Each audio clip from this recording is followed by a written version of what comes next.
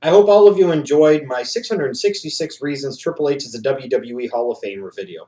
I hope you enjoyed it. I put a lot of work into that one. Probably could have come up with even more reasons, but you had to pump the brakes somewhere along the way. You didn't want to show off too much. Well, you know what I mean. So today I'm going to shift gears, talk about another member of the Breakfast Club, and talk about what I feel are 5 ways you can make John Cena more interesting. Look, the bottom line is this guy's been a top guy in the WWE for 8 going on 9 years now. It is what it is. He's been a big fish in a small pond, and that's exactly what it is. The WWE feels he's good for business, and to a certain degree, he is. Now, sometimes I feel like he's kind of in that position by default, and he's been pounded and hammered and hammered and hammered into that spot, so you really don't know any different, and the company really doesn't know any different one way or another. It's more like he's there in that position by default, so a certain amount of success for the company due to the size and infrastructure and scope of the WWE Titan Tower machine, that success is going to come because of that, and Cena is associated with it, so da da da da da. But when you really think about it, no matter what anybody wants to say, you'll get all the spin from certain fanboys of the WWE, and the people in the WWE is very reminiscent of what an MSNBC might do to spin things pro-Democrat, or what Fox News does definitely to spin things pro-Republican, pro-conservative, or what the national sports media does to always spin things to make somebody like Peyton Manning look good. Even when he makes a mistake, there's always an excuse or a reason or somebody else to blame. But when things are going well, you always get all the credit, that type of thing. And you see that all the time with the media in particular. And the WWE is incredibly guilty of this when it comes to John Felix Anthony Cena. And no matter what anybody tries to say, no matter what anybody tries to tell you, this whole bullshit of, well, at least he gets a reaction, good or bad. No. When you are sitting there and you are positioning and presenting this guy as your top good guy, your good guy of good guys, your ultimate all-American hero, and you go into a random venue where anywhere between 25 to 75% of your audience is booing this man's guts, that's not good. The WWE and Vince McMahon loves to think of themselves as movie makers, and that's quoting Vince McMahon. They make movies. Well, think about it this way, ladies and gentlemen. If you made a movie about a hero, let's say like Captain America, or Iron Man, or Thor, or Batman, and 35 to 75% of your audience was booing Iron Man, same thing, booing and totally against the babyface, how effective of a hero is that really? I mean, really, how effective is that hero? He's not. Because he's not getting the people emotionally invested. He's not getting the people to buy into what's going on. He's not getting the people to go along on that journey and on that ride where the babyface, the hero, has to overcome evil, overcome all of these obstacles for good to ultimately triumph. And this is not a era of wrestling where the lines between good guy and bad guy are being blurred, or, it's a lot more gray area. It's not that at all. It's pretty clear cut in today's wrestling business. You're either a good guy or a bad guy, especially in the WWE standpoint. So it's not good that a John Cena is getting booed and getting booed and getting booed, and has been for a period of years. And part of the reason is because adult male fans like myself resent a lot of things about John Cena.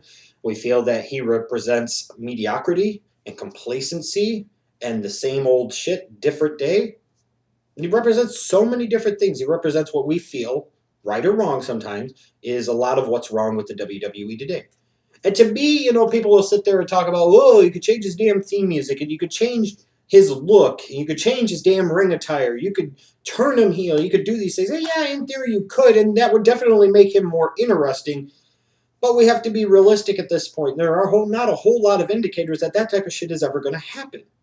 So I choose, with my 5 ways to make John Cena more interesting, focusing on 5 things that you actually could make happen and would be relatively easy to make happen. But in my opinion, I feel that if you did these 5 things, they would make John Cena a much more interesting and captivating individual and hero for even some adult fans to at least say, I don't like him, but I'm not going to boo the shit out of him.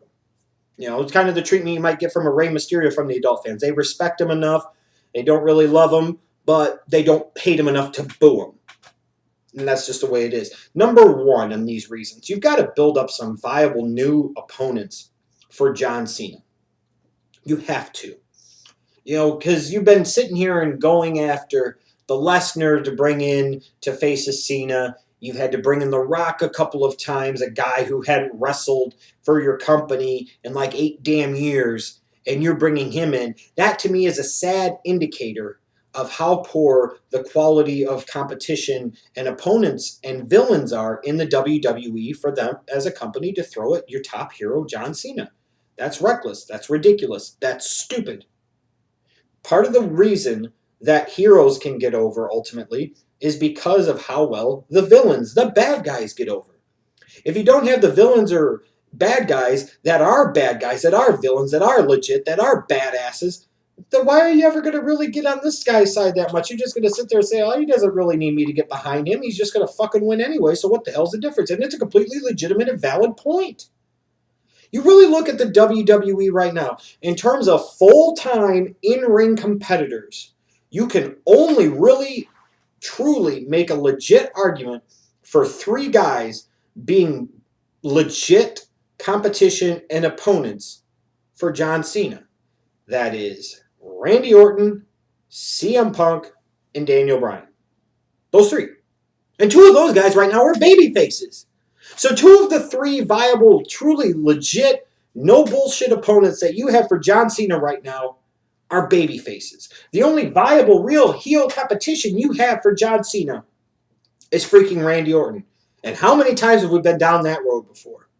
The bottom line is if you want to make John Cena look better, you have to give him some new competition, some fresh competition, some real deal viable competition. Heels that act like heels. Badasses that are badasses. Bad guys that are fucking badass bad guys. That you actually sit there and wonder if John Cena is actually going to win, not saying, oh, well, he's just going to steamroll through him the entire way, which happens so often in any John Cena freaking feud. You have to give him some new competition. And then part of that goes into the second way, which is it's time for John Cena to start losing clean more.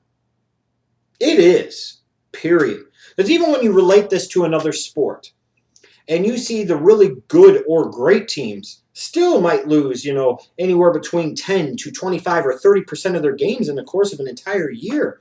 But you look at John Cena's match record in 2013, one loss. I think it might be something like 130-6 or some ridiculously skewed number. No wonder people don't get behind him. No wonder people don't get behind your hero because they think he's always going to fucking win. So if they think that he's always going to win, why should they get invested in the journey? Why should they sit there and feel like that this guy needs my support in order to overcome this obstacle? Why are people going to suspend disbelief if the real deal legit belief is that this guy is always going to beat the fucking bad guy? This guy's always going to beat the damn heel. Why can't a John Cena have closer to a 60% winning percentage, or hell, a 50% winning percentage? Maybe he just wins the big matches. He loses more along the way. What's so wrong with that?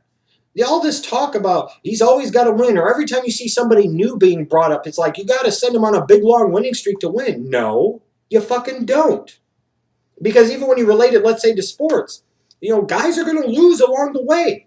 As rookies, they're going to make mistakes. Teams, as they're rebuilding, they're going to make mistakes. They're going to lose games they should win. And then eventually they figure out they're really good teams. They figure out how to win games they should lose. But it doesn't make any sense to have John Cena always have to fucking win. And this might sound petty and sound like I'm bitching about it, but I mean seriously, if you relate this to other elements in the real world, like you look at some of the Batman movies. Batman has his moments where he shines and then other moments where shit kind of hits the fan and he doesn't look good. And then he ultimately does overcome. But there's a path, there's a journey along the way where you do get emotionally invested. If Batman just came out from the very beginning and said, oh, the Penguin, fuck you. Riddler, fuck you. Joker, fuck you. Bane, fuck you. And he just steamrolled through everybody, there's no story. There's no reason to give a shit. And that's just the way it is. Number 3, they did this once where they seemed like they were going there with it with him and Zack Ryder. Give him some on-screen friends. One of the things that really made the ultimate blow-off between Hogan and Savage at WrestleMania 5 such a big deal was the fact that the Mega Powers had been together for almost a year and a half.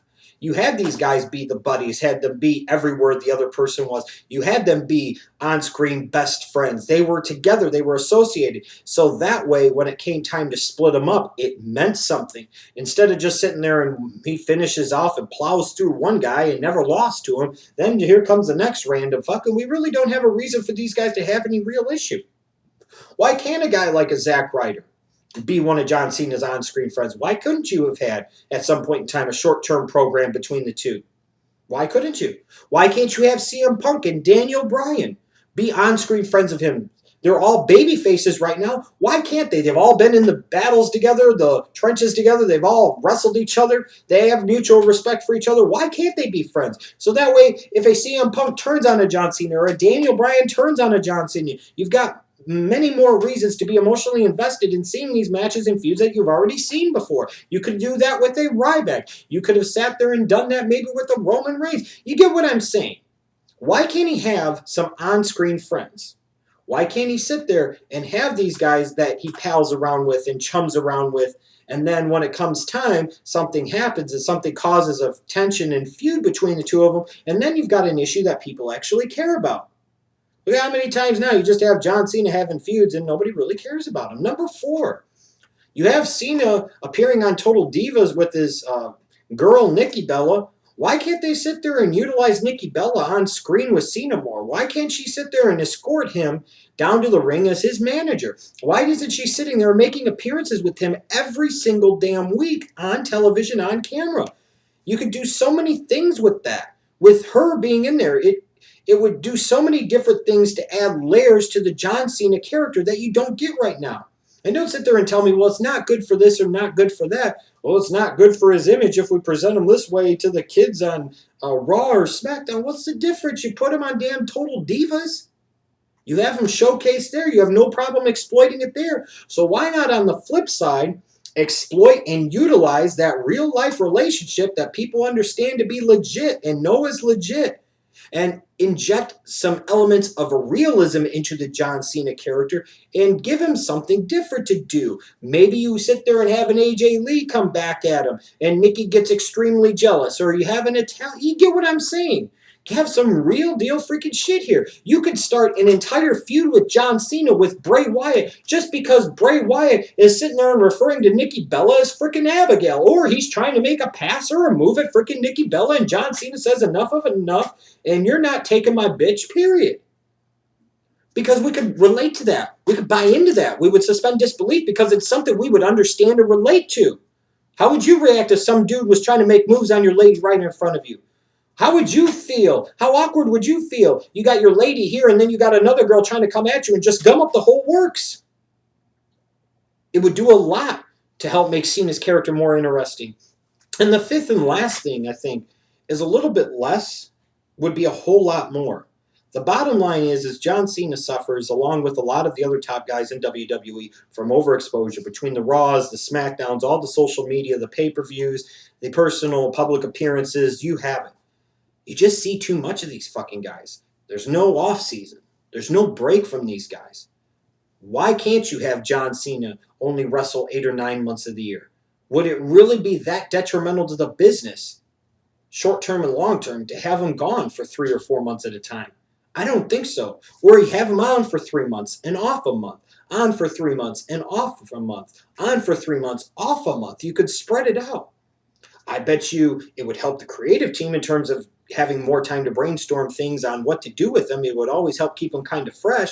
I'm sure John Cena would appreciate it because he'd have more time. It'd allow him to rest up and recuperate and relax a little bit and enjoy his life. And for fans, it would give us a break from him too. The bottom line is when you start to pound these guys into a spot over and over again, year after year after year, no matter how good or how great they are, we eventually start to tire of them. We start to get fatigue from them. You know, it would be the same thing. It started to happen with Hogan, and this is back in the early 90s. It's an entire different era without the internet, without all the different shows, without all of this shit. We got Hogan fatigue. Imagine if Austin was pounded and crammed into a spot for 9 or 10 years in a row. Same thing with Rock. We would have, no question about it, grown tired of it. We would have grown to resent them and started to turn on them, even if the WWE didn't want us to. The WWE has to understand that if you want John Cena to be your greatest of all time, which you know as a company, that's ultimately your intention and what the hell you want to do, and your motivation in the next few years is trying to do all of that, you got to utilize him a little bit less to get a lot more out of him. And that's just the way it is. He needs some viable new opponents. He needs to start losing more damn matches clean. Not everyone. I'm not stupid. But, maybe 5 matches he loses 1 clean. Why does it always have to be bullshit? Why does there always have to be a reason or excuse? Why can't somebody just be the better man on a given night? Imagine how much better it is when he actually does beat that individual that maybe's beat him once or twice in a row. Give him some on-screen friends. Make him more humanized. Make him feel more like an actual man and less like a kind of bum-ass, crappy cartoon character. Same thing. Utilize his lady on screen. You don't have a problem utilizing him on the Total Divas show. Why can't you utilize her with him on here? Because that could lead to some potential new business with John Cena and Daniel Bryan, where the girls get it started, and then the guys go at it, and the guys going at the girl, and the girls going at the guy, and all this other shit. And then a little less of them, so that way you get a lot more of them. So that way you could maybe have more years with him at the top. These are just my suggestions. I realize people will sit there and say, change his theme music, change his look, change his freaking ring attire, grow out his hair, turn him heel. That's the easy answer. But to me, these 5 things that I've outlined here are very simple to do. It may take a little bit of time to do, but once you do them, I feel like you would achieve a lot of success and a lot of results, and definitely accomplish the #1 goal, which is making John Cena more interesting.